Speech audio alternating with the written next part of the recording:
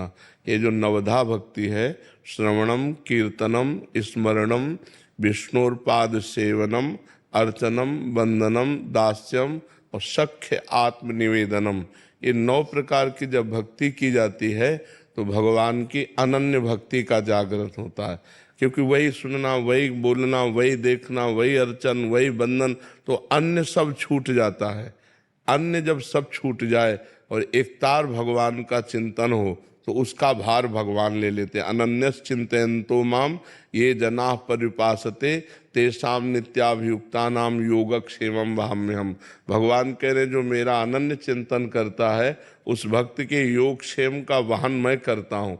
योग मतलब जो प्राप्त है और जो अप्राप्त है, तो अप्राप्त को प्राप्त कराना और क्षेम जो प्राप्त है उसकी रक्षा करना, ये दोनों काम भगवान कर लेते हैं। बस भक्त का एक काम होता है निरंतर नाम जप करना, भगवान के सिवा अन्य जो है हमारा चिंतन है वो चिंतन न जाए। अब इसमें सावधानी है कि भोजन पवित्र होना चाहिए, क्योंकि अन्न से ही मन का पूरा खेल है। अगर हमारा भोजन अधर्मयुक्त अपवित्र है तो फिर भजन में मन नहीं लगेगा। भोजन पवित्र हो और थोड़ा हो, अल्पाहार मिताहार पवित्र भोजन होना चाहिए। और इसके बाद कम बोलना, उचित उत्तर दे, हितकर उत्तर दे, सत्य बोले, मृदु बोले, नहीं तो मौन रहे और भगवान का नाम जप करे। कम देखना, कम सुनना और कम सोना। सोना 4 घंटे 5 घंटे।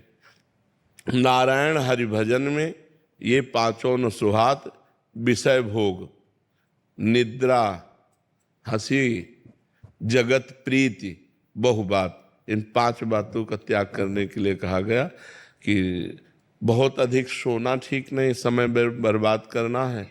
हंसी मजाक किसी से न करे, जगत के संबंधों में ममता न करे।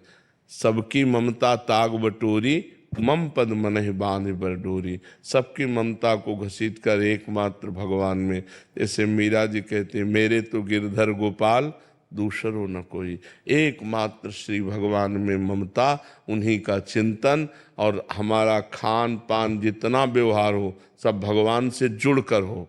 पानी भी पिए तो भगवान को अर्पित करके, भोजन भी पाए तो भगवान को अर्पित करके, किसी से व्यवहार में बात करे तो सब में भगवान की भावना करके, इन सब में भगवान है, तब वो महाभागवत बन जाता है, तब वो भक्त जगत को पावन करने वाला बन जाता है। सातरत सातरत सा लोका। राधे राधे दोस्तों, अनन्य भक्ति कैसे प्राप्त हो, तो इस प्रश्न का जो जवाब है पूज्य महाराज श्री प्रेमानंद जी ने बहुत सुंदर ढंग से और स्पष्ट ढंग से बताया कि सबसे पहले तो हमें 9 तरह की भक्ति करनी होती है, और जब ये 9 तरह की भक्ति करने के बाद हमें अनन्य भक्ति भगवान की तरफ से प्राप्त हो जाती है, तब हमें कुछ भी नहीं दिखता, सिर्फ भगवान ही भगवान चारों तरफ होते हैं। यानी कि जो सुन रहे हैं वो भी भगवान के ही नाम, देख रहे हैं वो भी भगवान का ही रूप, जो हम कर रहे हैं वो भी भगवान के प्रति उनके लिए ही कर्म किए जा रहे हैं। यानी कि सभी कुछ सिर्फ भगवान ही भगवान के लिए, तब अनन्य भक्ति प्राप्त होती है।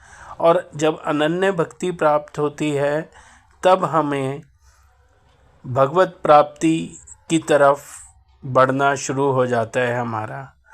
तो इसके लिए हमारा खान पान सात्विक होना चाहिए, हमें कम बोलना चाहिए, कम सुनना चाहिए, कम देखना चाहिए और कम सोना चाहिए। आहार भी हमारा थोड़ा होना चाहिए। तो यानी कि हम सब तरफ से अपना मन हटाकर और सब तरफ से अपना प्रेम प्रीति हटाकर सब कुछ हमें भगवान में लगा देना चाहिए। ऐसा करने पर ही हमें अनन्य भक्ति प्राप्त होती है।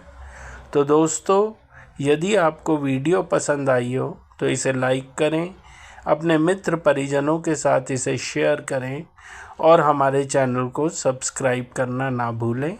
राधे राधे।